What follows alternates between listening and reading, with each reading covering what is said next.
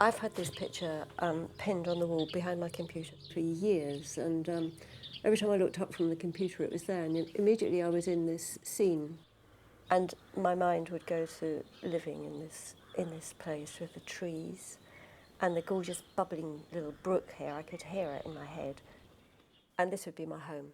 And there's my bedroom window, and oh God, I would just be in heaven. So that's where I wanted to be in my wild, wild dreams.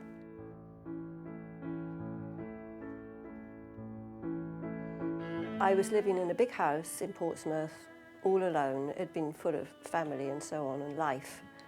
But with all that gone, of course, it was just like an empty shell. And every evening I'd come in and open the front door and everything would echo as I shut the door. There was just nothing there except the cat. I had no creative spark whatsoever. Life was grey. It was like a rainy day every day. I'd kind of decided I was going to try this internet dating stuff. The places where older people do meet, the clubs for the over 60s, that really wasn't what I wanted. Sitting around drinking cups of tea and knitting and, I wasn't quite there yet. That's not my style. I mean, inside I still feel young. I still feel, life's about to begin.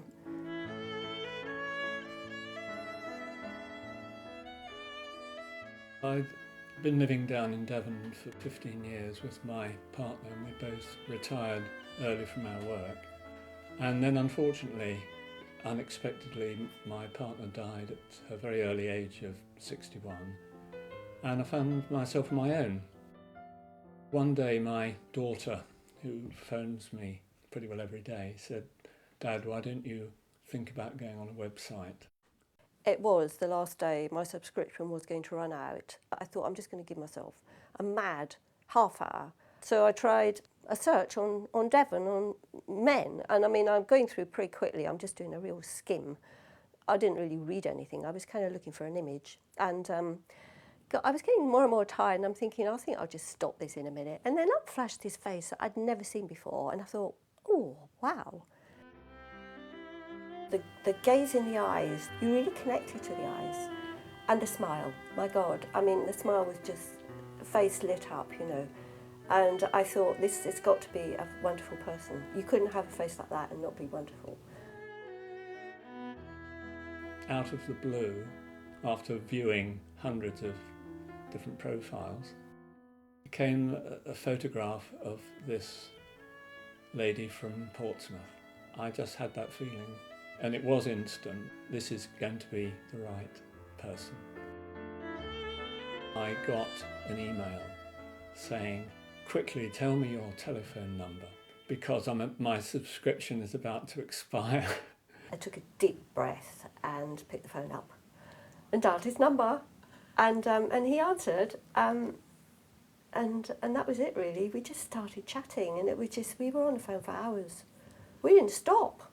There was 160 miles between us, so I worked out on the map that Dorchester was exactly halfway. And the following Sunday we met.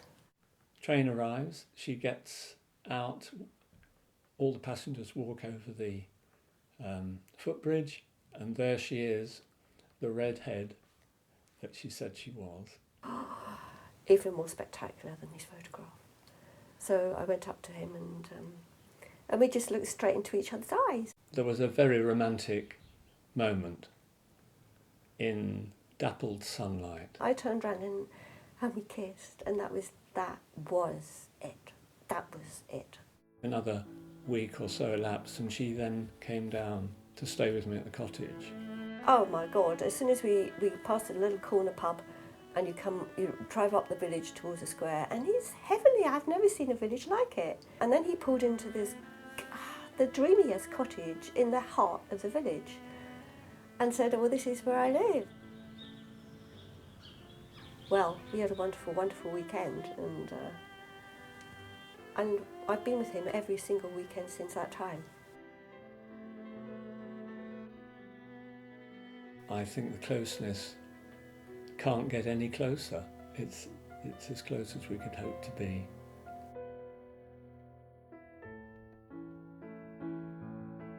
although we might be old age pensioners, we're actually getting younger. And so I've gone back doing things that I'd given up years ago, like playing squash, going swimming, doing lots of long walks.